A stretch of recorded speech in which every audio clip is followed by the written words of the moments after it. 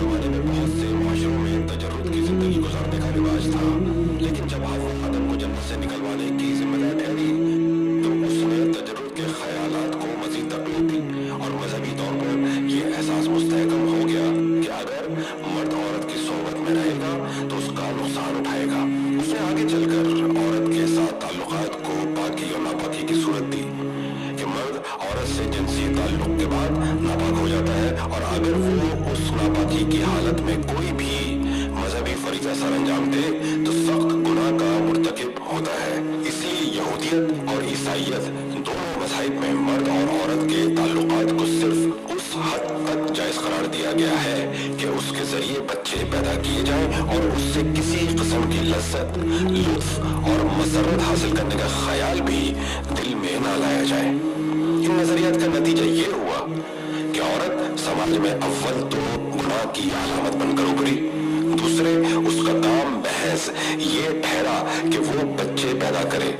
उसको किसी भी हैसियत से ये हक नहीं था कि वो मर्द के साथ मिलकर खुशी और मसरत में शरीक हो और अपनी आजादाना हैसियत को बरकरार रख सके। चर्च ने खुसूसियत से इस बात की कोशिश की कि उसके राहिब और पादरी औरत से दूर रहें और तजर्रुद की जिंदगी गुजारें, क्योंकि सिर्फ इस ही सूरत में वो गुनाह और दुनिया की आलाइशों से बच सकते हैं। इसलिए आहिस्ता आहिस्ता चर्च ने अपने अहदेदारों पर पाबंदी आयद करना शुरू कर दी कि वो शादी ना करें और औरतों से ताल्लुक ना रखें। मसलन उनके एक अहदेदार का कहना था कि दुनिया में ऐसी बहुत सी बातें हैं कि जो रूह के शऊर को कमजोर करती हैं, लेकिन उनमें सबसे अहम और खास बात औरतों से ताल्लुक कायम करना है।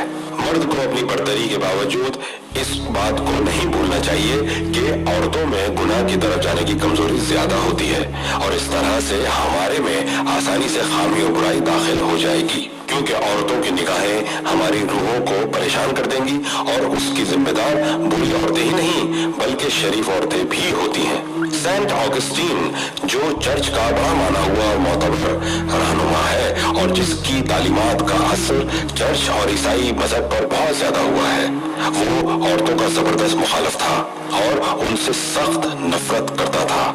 उसके बारे में उसके शागिर्द ने लिखा है कि कोई औरत उसके घर में कदम नहीं रख सकती थी।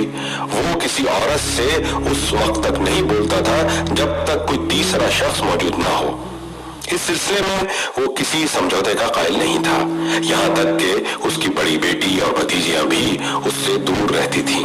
जैसे जैसे चर्च अपने अहदेदारों पर कुंवारेपन की पाबंदियां लगाता गया, ऐसे ऐसे वो औरत के खिलाफ होता चला गया और उसका समाजी दर्जा गिरता चला गया, क्योंकि औरत को बुराई, गुनाह और खराबी की अलामत बनाकर ही वो तजर्रुद की मुहिम को कामयाब बना सकता था। चुनांचे चर्च की मुख्तलिफ मजलिसों ने औरत के खिलाफ मुहिम चलाई। मसलन अलवेरा की मजलिस ने राहिबों पर पाबंदी लगा दी कि कोई राहिब अपनी बेटियों को भी अपने घर में नहीं रखेगा। हाँ, अगर वो कुंवारी हो और इस बात का अहद करें कि वो हमेशा बाइस्मत रहेंगी। औमिलीन की मजहबी मजलिस ने 549 में कहा कि राहिबों के घर में कोई अजनबी औरत नहीं रहेगी और रिश्तेदार औरतें भी बेवक्त नहीं ठहरा करेंगी। 567 में टोर की मजलिस ने हिदायत दी कि उनके घर में सिर्फ माँ, बहन और बेटी रहेगी। इसके अलावा किसी नन, बेवा और काम करने वाली नौकरानी को भी इजाजत नहीं होगी। 581 ईस्वी में मैसन की मजलिस के मुताबिक दादी, माँ, बहन और भतीजी अगर बहुत जरूरत हो तो रह सकती हैं। टोलेडो की मजलिस ने 633 ईस्वी में कहा कि राहिबों के घरों में सिर्फ माँ, बहनें, लड़कियां, चच्चियां रह सकती हैं। उस मजलिस ने 589 में हिदायत दी कि अगर किसी मजहबी अहदेदार के घर में अजनबी औरतें पाई गईं और उनकी वजह से जरा भी शक शुबा हुआ तो उन्हें सजा दी जाएगी और औरतों को बतौर गुलाम फरोख्त कर दिया जाएगा। आगे चलकर चर्च ने इस पर एतराज़ात शुरू कर दिए कि मजहबी अहदेदारों के घरों में माएँ, बहनें या करीब रिश्तेदार भी क्यों रहें। मसलन नानते की मजलिस ने 685 में हिदायत देते हुए कहा कि मजहबी अहदेदार माँ, बहन या चच्ची के साथ एक मकान में ना रहें, क्योंकि इसके नतीजे में जिनसी ताल्लुकात के बहुत से वाक़यात हुए हैं।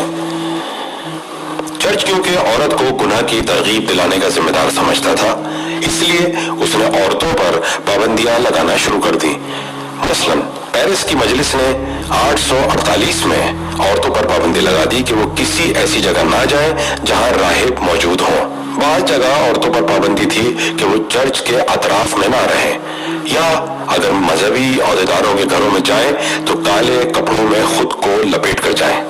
और आज तक चर्च और उसके अहदेदार ये समझते हैं कि औरत के चेहरे में गुनाह का सबसे बड़ा खतरा है, इसलिए वो औरत की मौजूदगी को नजरअंदाज करने की कोशिश करते हैं, इससे बातचीत से परहेज करते हैं और औरत को बुराई की जड़ समझकर उससे दूर रहते हैं।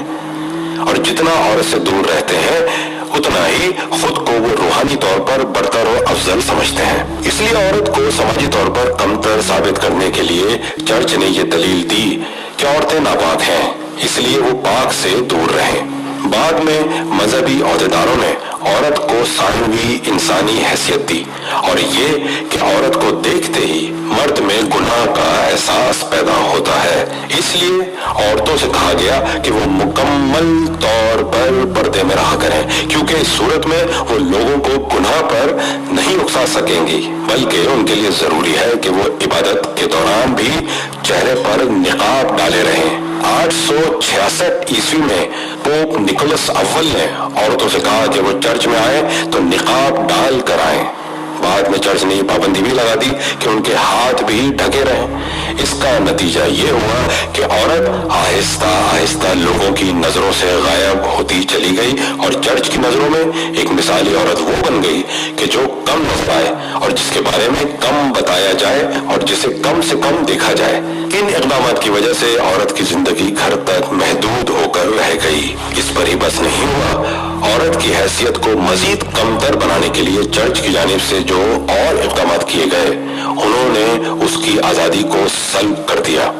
मसलन 4वीं सदी ईस्वी में अलवेरा की मजहबी मजलिस की जानिब से जो ऐलानात किए गए वो ये थे कि औरत को लिखने पढ़ने की आज़ादी नहीं होनी चाहिए और ना ये इजाज़त कि उनके नाम से खुतूत आए, उन्हें बाल कटवाने की कोई ज़रूरत नहीं। चर्च की जानिब से ये पाबंदियां औरत की निजी जिंदगी में भी दाखिल होना शुरू हो गई। मसलन उन्हें तंबीह की गई कि वो ज्यादा नहाया धोया ना करें।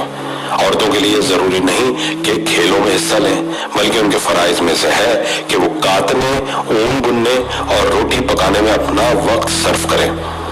कुछ चर्च के रहनुमाओं ने तो औरतों की जिंदगी का मकसद बच्चे पैदा करना करार दिया था, मगर इनमें कुछ ऐसे थे जो ये समझते थे कि बच्चे पैदा करने के अमल में औरतों को जिनसी मसरत हासिल होती है, लिहाजा औरत के लिए बेहतर ये है कि वो कुंवारी रहे और बच्चे पैदा ना करे। इसलिए औरतों के लिए चर्च का अहदेदार बनना नामुमकिन हो गया और ये कहा गया कि औरतों को इसकी इजाजत नहीं होनी चाहिए कि वो ऑल्टर की तरफ जाएं और ना ही वो राहिब के फराइज सरअंजाम दें। सेंट बोनीफेस वफात 754 ने चर्च में औरतों के गाने पर भी पाबंदी लगा दी थी। औरतों से नफरत का इजहार चर्च के 13वीं सदी के एक आलिम ने, जो एल्बर्ट दी ग्रेट के नाम से मशहूर है, इस तरह से किया है। औरत मर्द के मुकाबले में अखलाकी तौर पर कमतर है, चूंकि औरत में मर्द से ज्यादा सयाल मादा होता है और इस वजह से औरत बहुत सी चीजों को बर्दाश्त नहीं कर सकती है, क्योंकि सयाल मादा आसानी से हरकत कर सकता है। इसलिए औरत के मिजाज में गैर मुस्तकिल मिजाजी होती है। औरत वफादारी पर मुतलक यकीन नहीं रखती है। मुझ पर यकीन करो कि अगर तुम उस पर एतमाद करोगे तो तुम मायूस होगे। इसलिए समझदार लोग अपनी बीवियों से अपने मंसूबे और प्लान छुपाते हैं और उनमें उनकी राय नहीं लेते। औरत मर्द की बिगड़ी हुई शक्ल है, इसलिए उसकी फितरत मर्द के मुकाबले में कमतर है। उसे खुद अपने पर यकीन नहीं होता है और जो कुछ वो हासिल नहीं कर सकती है उसे वो झूठ और फरेब से हासिल करने की कोशिश करती है। मुख्तसरन ये कि खुद हर मर्द को औरत से महफूज रखना होगा, क्योंकि वो जहरीले सांप और सींगों वाले शैतान के मानंद है।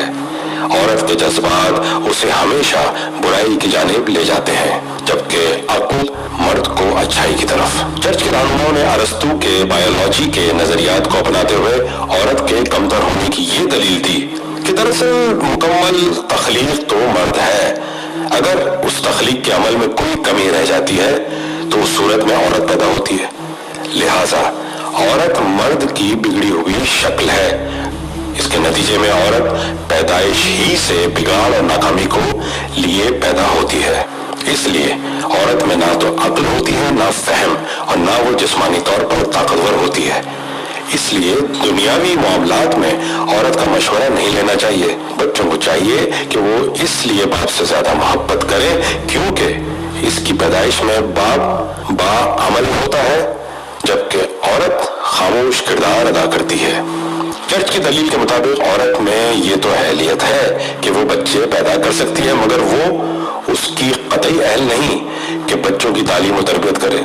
इसलिए ये काम बाप का है कि वो बच्चों की जहनी सलाहियतों को उजागर करे और तरबियत के दौरान बच्चों को माँ से दूर रखे। अहद वुस्ता में जब औरतों के खिलाफ जादूगरनियां होने की मुहिम चलाई गई तो उसमें चर्च ने भी भरपूर हिस्सा लिया और उनके खिलाफ चर्च के अहदेदारों की जानिब से कवानीन बनाए गए और उन्हें सख्त सजाएं दी गई, जिनमें कैद से लेकर जिंदा जलाने तक की सजाएं थीं। जादूगर्दी होने के प्रोपेगेंडे ने औरत को मजीद समाज में कमतर कर दिया। इसका इजहार चर्च के मुख्तलिफ बयानात से होता है। उस अहद में एक किताब लिखी गई थी जिसका नाम था हैमर ऑफ विचेस। उसके लिखने वाले दो मुसन्निफीन हैं।